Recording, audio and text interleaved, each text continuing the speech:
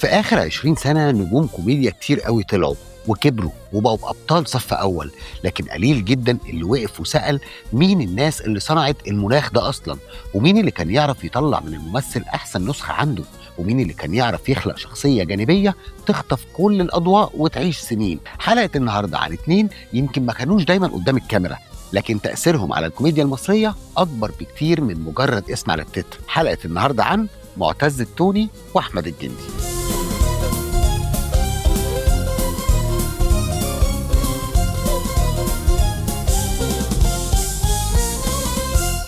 اتنين كل واحد فيهم بطريقته ساهم في تشكيل الضحك المصري الحديث. واحد بيعرف يبني عالم كامل من الشخصيات والإفيهات والحالات، والتاني بيعرف يشغل فرقة كاملة ويطلع من كل ممثل أحسن ما عنده. وعلشان نفهم ليه الاسمين دول مهمين فعلا وليه يستحقوا جدا إن احنا نقف عندهم، لازم نرجع للبدايات. بس قبل ما نرجع خلينا متفقين على حاجة مهمة جدا. احنا هنا مش بنتكلم عن اتنين مخرجين ناجحين وخلاص، ولا بنتكلم عن اتنين عملوا شوية أفلام حلوة أو مسلسلات الناس حبتها. احنا بنتكلم عن اتنين كل واحد فيهم قدر يبني بصمة. وفي فرق كبير جدا بين مخرج بينجح ومخرج بيعمل مدرسة، لأن النجاح ممكن يجي في شغلانة أو اتنين، لكن المدرسة دي بقى لما تلاقي نفسك بعد سنين ومن غير ما تاخد بالك بتكتشف إن طريقة الضحك نفسها اتغيرت، وإن شكل المشهد الكوميدي اتغير، وإن الشخصية الجانبية بقت أهم، وإن الممثل اللي ما كانش واخد فرصته بقى نجم، وإن النجم نفسه بقى محتاج مخرج من نوع تاني علشان يبين أحسن ما عنده. وده بالظبط اللي يخلي الكلام عن أحمد الجندي ومعتز التوني ممتع ومهم في نفس الوقت. لأن ببساطة أحمد الجندي مش مجرد مخرج كوميدي، أحمد الجندي في أحسن حالاته بيبقى مهندس عالم متكامل. يعني إيه مهندس عالم؟ يعني واحد بيعرف يخلي العمل مش مجرد حدوتة وخلاص، لكن مكان وجو وناس وعلاقات ومفردات وإفيهات وشخصيات تعيش سنين وتحس إن هم بجد لحم ودم موجودين حوالينا. أما بقى معتز التوني فهو من نوع تاني خالص، النوع اللي قوته مش بس في الورق ولكن في التشغيل. يعني ممكن يجيب مجموعة من الممثلين وكل واحد فيهم له طاقة وله سرعة وله شكل أداء، ويعرف يظبطهم كلهم على إيقاع واحد.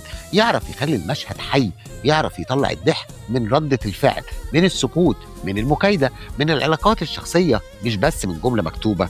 وعلشان كده من أهم جمل الحلقة دي في رأيي أحمد الجندي بيعرف يبني عالم، ومعتز التوني بيعرف يحرك الناس جوه هذا العالم. ودي جملة مش مبالغة، دي جملة هتشوف إثباتها طول الفيديو. إيه البداية وإزاي وصلوا لكده؟ إزاي واحد من أهم الناس اللي عندها قدرة على صناعة عالم كوميدي كامل بدأ، وإزاي التاني بقى من أهم الناس اللي عندها قدرة على إدارة ممثلين وإخراج طاقة جماعية نادرة؟ الإجابة ببساطة لأن الاتنين ما طلعوش فجأة، الاتنين عدوا على مرحلة مهمة جدا، مرحلة إنهم اتعلموا المهنة من جوه. يعني قبل ما الاسم ده يلمع، وقبل ما الجمهور يحفظ الشغل بتاعهم، وقبل ما الناس تقول ده من إخراج فلان، كان في مرحلة شغل حقيقي واحتكاك وكواليس ومساعدة وفهم للصنعة من الداخل. وده بقى يودينا لأول اسم في الحلقة النهاردة، أحمد الجندي. أحمد الجندي بدأ مشواره الفني كممثل، وشارك في فيلم واحد من الناس إلى جانب عمله كمساعد مخرج في نفس الفيلم، وده بعد تخرجه من معهد السينما. وبعدها شارك كمساعد مخرج في ظرف طارق، وبعدها بقى تتوالى الأعمال في الإخراج، ومنها مثلا أحمد اتجوز منى، وحوش اللي وقع منك، وإتش دبور، وطير انت، ولا تراجع ولا استسلام. ودي بقى بداية مهمة جدا، لأن لما تلاقي مخرج بدأ كممثل وكمساعد مخرج وفاهم شكل اللوكيشن وفاهم الممثل وفاهم كمان الكواليس وفاهم انك تكون جزء من ماكينة العمل، غالبا هتلاقي قدامه فرصة انه يبقى مخرج من النوع اللي بيسمع للممثل. وفي فرق كبير جدا بين مخرج بيصور الممثل ومخرج بيفهم الممثل. واحمد الجندي واضح جدا انه من النوع التاني، يعني عنده القدرة ان هو يعرف امتى الإفيه يتقال وامتى الشخصية لازم تسكت ولو نص ثانية. وده واحد من أهم الأسباب اللي خلت حضوره في الكوميديا بعد كده بقى من أهم الأشكال في الفترة دي، لأن الفترة اللي خرج فيها أحمد الجندي كانت فترة الكوميديا المصرية فيها كانت بتتغير، الجمهور نفسه بيتغير والذوق بيتغير، والناس بقت عايزة حاجة أسرع وأذكى وأحيانا أكثر جنونا، لكن في نفس الوقت عندها بناء. وهنا بدأ اسم أحمد الجندي يظهر في أفلام مهمة من الموجة دي زي إتش دبور وطير انت، ولا تراجع ولا استسلام.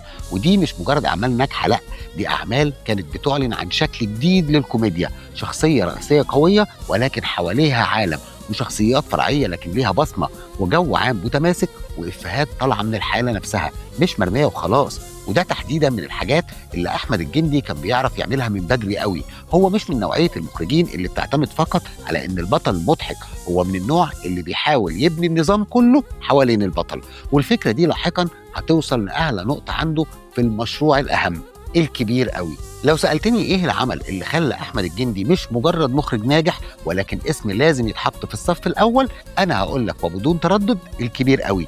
لكن اهمية الكبير قوي هنا مش انه مسلسل ناجح وبس، لا، اهميته انه بيكشف جوهر مشروع احمد الجندي في الكوميديا. لان الكبير مش مجرد مسلسل مبني على بطل واحد، لا، الكبير مبني على عالم. طب وايه معنى عالم؟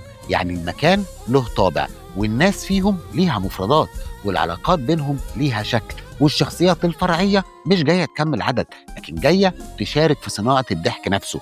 وده فرق ضخم جدا، لأن في أعمال كتير جدا البطل فيها هو كل شيء، هو اللي بيقول كل الإفيهات، وهو اللي شايل كل المشاهد، وأي حد حواليك هو مجرد مساعد.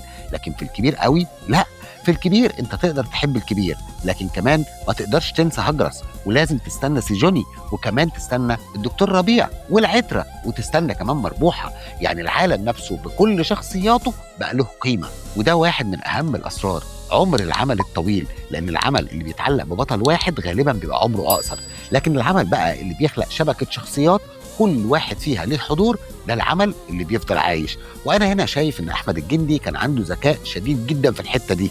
هو فاهم ان الضحك مش لازم يطلع من النجم كل مره، بالعكس احيانا الاقوى ان الضحك يطلع من حد في الخلفيه، ومن ردة فعل على شخصيه جانبيه، ومن علاقه متكرره بين شخصين، من تفصيله صغيره الناس تستناها. وده اللي يخلي عندك عمل من النوع اللي الناس مش بس تتفرج عليه، ده الناس بتستناه. الحاجة التانية المهمة عند أحمد الجندي إنه بيعرف يشتغل على الشخصية القابلة للحفظ، وده فن لوحده، لأن مش أي شخصية مضحكة ممكن تعيش. في شخصيات تضحكك وبعدها تتنسي، وفي شخصيات بقى تفضل معاك، تفتكر طريقتها وصوتها ومفرداتها وردود أفعالها، وتلاقي الناس بعد سنين لسه بتستخدمها في كلامها اليومي. وده واحد من أعلى درجات النجاح الكوميدي، إن الشخصية تبقى جزء من الذاكرة العامة. وده ما بيحصلش بالصدفة، ده ما بيحصلش لمجرد إن الممثل ده شاطر.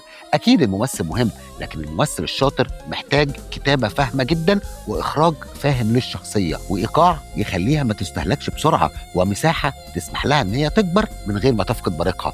وده عند أحمد الجندي واضح جدا. هو بيحب يسيب الشخصية تاخد وقتها تستوي، يسيبها كده تتنفس، يبني لها منطق داخلي علشان لما تعمل أي حاجة تحس إن هي فعلا. ودي نقطة عبقرية جدا، لأن الكوميديا المصرية فترات طويلة جدا كانت بتعتمد على الإفيه أكتر ما بتعتمد على الشخصية، لكن الجندي فهم إن الإفيه لو ما طلعش من شخصية عمره بيبقى أقصر، أما بقى لو طلع من شخصية متماسكة فهو هيعيش. وهنا نوصل لنقطة مهمة جدا، هل أحمد الجندي كان سبب بجد في تقديم ناس جديدة أو في تثبيت ناس قديمة؟ الإجابة طبعا، لكن لازم نقولها وبدقة. يعني مش بالضرورة مثلا نقول هو اكتشف فلان من الصفر، لكن الأصح إن احنا نقول هو كان عنده قدرة على التقاط الموهبة وحطها في المكان المناسب وخلاها تنفجر جماهيريا. وأقوى مثال هنا هو رحمة أحمد، هي نفسها قالت إن أحمد الجندي اختارها للمشاركة في الكبير قوي الجزء السادس سنة 2022، وإن هي خدت بعدها جايزة أفضل ممثلة صاعدة في مهرجان القاهرة للدراما. ودي نقطة مهمة جدا، لأن إدخال عنصر جديد في عمل ناجح ومحبوب شيء صعب جدا. الجمهور أصلا بيبقى حساس قوي، وأي تغيير ممكن يتقابل بالرفض، ولكن لما العنصر الجديد ده يدخل ويشتغل ويعيش ويبقى الناس مستنياه، فده معناه إن الاختيار فعلا كان ذكي، والتوظيف كمان كان أذكى. وده يثبت لنا إن أحمد الجندي ما كانش مجرد مخرج بيحافظ على النجاح، ولكن كمان بيعرف يجدد جوه النجاح. ودي من أصعب المهارات في أي مخرج في الدنيا. الجندي ومشروعه الأوسع، وده مش مشروع بس ضحك ولكن دفى. بس الشيء بقى اللي خلى أحمد الجندي يكبر أكتر وأكتر من مجرد مخرج كوميدي ناجح، هو إنه عرف يخرج من الكوميديا الصريحة شوية ويروح لمساحة فيها دفء أكتر، فيها بشر أكتر، فيها علاقات أهدى، وده من غير ما يفقد حسه. وده باين جدا لما نبص على شغل من نوع موضوع عائلي، وده واحد من أهم أعماله الإخراجية في السنوات الأخيرة. لأن هنا بقى أنت قدام مخرج فهم حاجة مهمة جدا، إن الضحك الحقيقي مش دايما يكون صوته عالي، أحيانا الضحك بيطلع من الصدق ومن التفاصيل اليومية ومن العلاقات بين الناس، من الدفى من الموقف البشري اللي الناس تعرفه وتحس بيه. ودي كانت نقلة مهمة جدا، لأن هي أثبتت إن أحمد الجندي ده مش مجرد شخص بارع في الكوميديا اللي فيها كاركترات وإفيهات فقط، ولكن عنده قدرة أكبر إنه يمسك الشخصيات حتى في المساحات الهادية. يعني بيعرف يخلي الناس تحب الشخصيات حتى وهي مش بتهزر طول الوقت، وده نضج كبير جدا.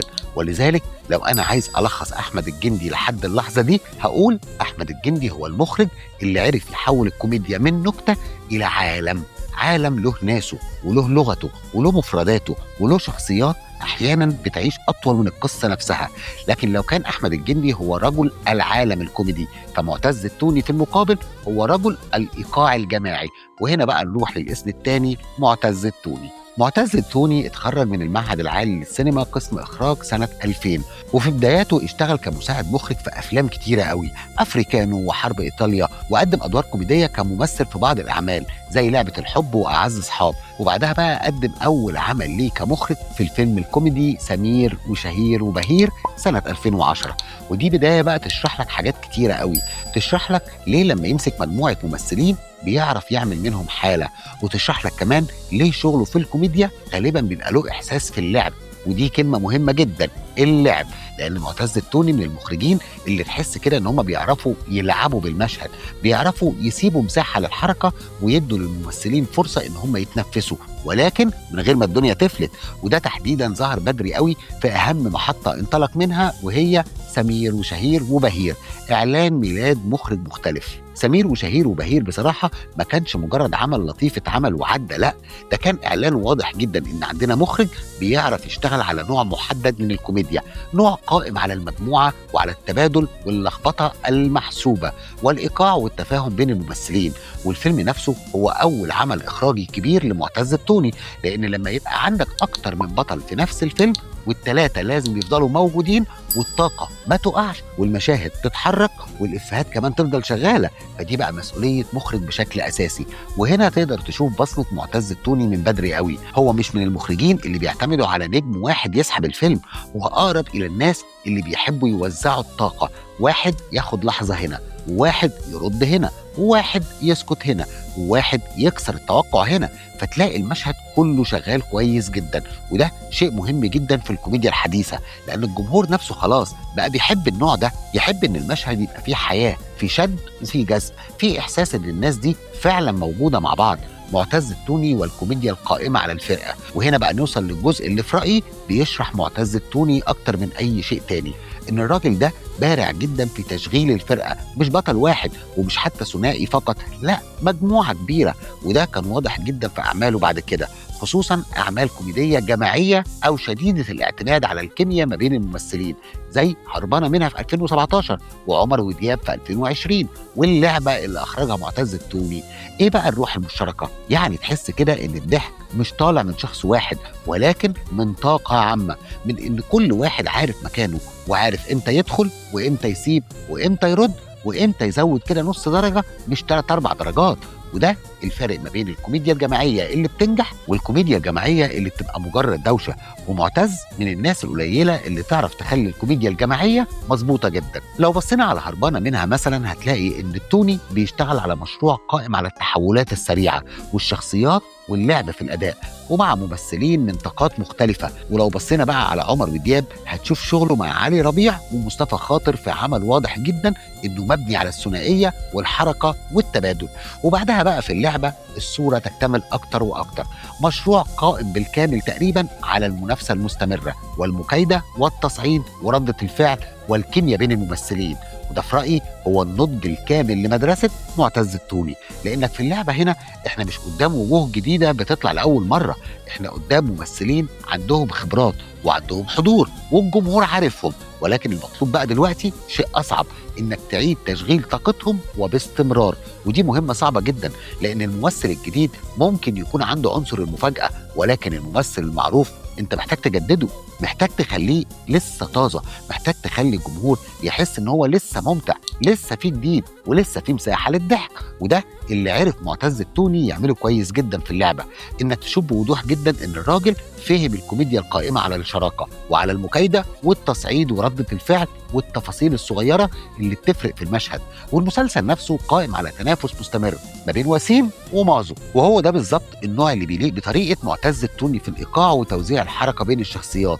يعني ممكن الافيه نفسه ما يبقاش عبقري على الورق، ولكن لان في ايقاع وفي رده فعل وفي توليفه ممثلين شغاله تلاقي المشهد كله عايش. يعني بالمناسبه مثلا من اصعب انواع الكوميديا اللي ما تبقاش معتمده على افيه مكتوب وخلاص، ولكن على تنفيذ الافيه. ومعتز التوني هنا بيبان جدا، بيظهر كمخرج فاهم ان الكوميديا مش دايما في الكلام، احيانا بتبقى في النظره، في التردد، في السكوت، في سرعه الرد، او انك تسيب الممثل يكمل كده نص خطوه زياده وبعد كده توقفه. وده بيفسر لك ليه اسمه بقى مرتبط عند ناس كتير قوي بنوع من الكوميديا الحديثه اللي بتعتمد على الحيويه. هل بقى معتز التوني اعاد تقديم ممثلين؟ ودي نقطه مهمه جدا.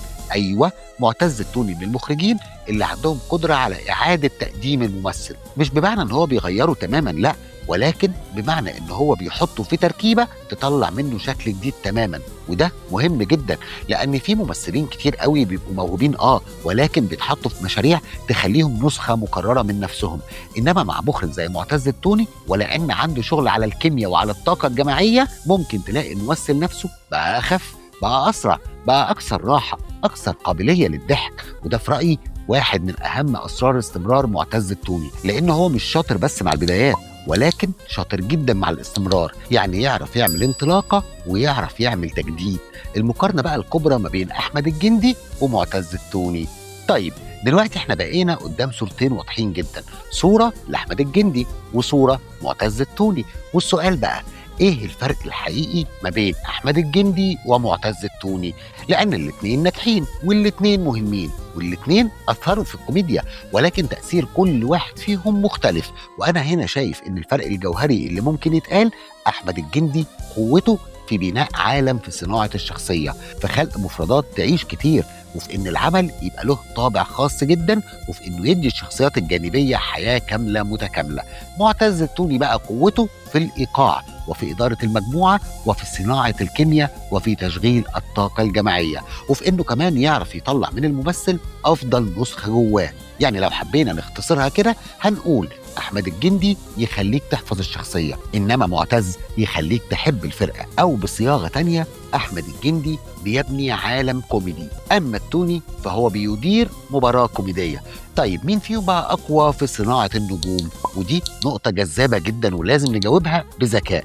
الحقيقة إن الإجابة مش سهلة، لأن كل واحد فيهم بيصنعهم ولكن بطريقة مختلفة. أحمد الجندي بيصنع النجومية عن طريق شخصية بتعيش، عالم ممكن يثبت الممثل، المساحة اللي ممكن تخلي الشخصية الجانبية تبقى أساسية، والقدرة كمان على إدخال عنصر جديد في مشروع كبير ويكسب. يعني النجومية عنده بتطلع من جوه العالم. أما بقى معتز التوني فنجوميته بتطلع من الإيقاع، المساحة، المشاركة، وتشغيل الموهبة في وسط مجموعة، وإعادة تنشيط الحضور داخل تركيبات ناجحة جدا. يعني النجومية عنده بتطلع من الحركة. فلو سألتني بصياغة أكثر جرأة مين فيهم أقوى، الجندي أقوى في تحويل الشخصية إلى علامة، والتوني أقوى في تحويل المشهد الجماعي إلى مساحة تعيش فيها النجومية. ودي صياغة أدق من أي أحكام أكبر من اللازم. طيب ليه بقى الاتنين مهمين قوي كده؟ لما حد يقول لك ليه احمد الجندي ومعتز التوني مهمين قوي كده، الاجابه مش علشان عندهم اعمال ناجحه وبس، لا، الاجابه لان هم اشتغلوا في المكان الاخطر في الكوميديا، مكان تشكيل الذوق العام. يعني الناس دي ما قدمت لناش بس شويه اعمال بتضحكنا، ولكنها ساهمت في ان احنا نفهم الضحك بطريقه جديده. وفي النهايه لما نيجي بقى نبص على آخر 20 سنة في الكوميديا المصرية، هتلاقي أسماء نجوم كبيرة جدا، ممثلين كبار، وشخصيات محفورة، وأعمال الناس لسه بتعيدها لحد النهاردة، ولكن قليل جدا، قليل قوي اللي لما ترجع لورا كده تفتكرهم، تكتشف بقى ان هم ما كانوش مجرد أسماء شاركت في النجاح، ولكن كانوا من الناس اللي ساهمت في تشكيل شكل النجاح نفسه. وده بالظبط اللي ينطبق على أحمد الجندي ومعتز التوني، لأن أحمد الجندي من المخرجين اللي فهموا بدري قوي إن الكوميديا مش مجرد نكتة تتقال، ولكن عالم كامل بيتبني، خطة من بدايته لنهايته. وفي المقابل معتز التوني بقى كان من المخرجين اللي فهموا ان الكوميديا احيانا لا تصنع من الشخصيه فقط، ولكن من الحركه ما بين الشخصيات، من الايقاع، من الكيمياء، من اداره المجموعه، من معرفه امتى الممثل يطلع لقدام وامتى يرجع كده نص خطوه لورا، وامتى المشهد يعيش لانه ببساطه ملعوب صح. وعلشان كده لو كان احمد الجندي هو رجل العالم الكوميدي، فان معتز التوني هو رجل الفرقه الكوميديه. يعني باختصار شديد جدا، احمد الجندي بيصنع الشخصيه اللي بتعيش، ومعتز التوني بيصنع الحاله اللي بيعيش فيها الجميع. لو عايزينها بقى بشكل اجرأ، الجندي بيبني العالم والتوني بيحرك الناس جواه. ويمكن دي احسن جمله تلخص الحلقه كلها. وفي النهايه لو وصلتوا لحد هنا يبقى اكيد الحلقه عجبتكم. ما تنسوش بقى تدعمونا بلايك وتعملوا شير للحلقه وتشتركوا في القناه، واوعوا تنسوا تدوسوا على زر الجرس علشان يوصلكم كل جديد. انا احمد عقل، ودي كانت حكايتنا النهارده. وزي ما دايما بنقول، الحكاوي كتير لكن سقراط بس هو اللي عنده الحكايه الصح.